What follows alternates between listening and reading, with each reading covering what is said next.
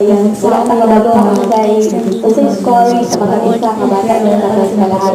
Halimbawa ka na, With our or guidance and with your guidance, parents, especially ang mama, so atong i-educate ato ang mga bata proper nga pag gamit sa mga napkin, proper hygiene, ana. So pila na ilang mga kailukan dira, ana no, and then care kanang like kung kanang mamukul na gani ang bata. So pwede na ninyo ipa-baby bra, ana.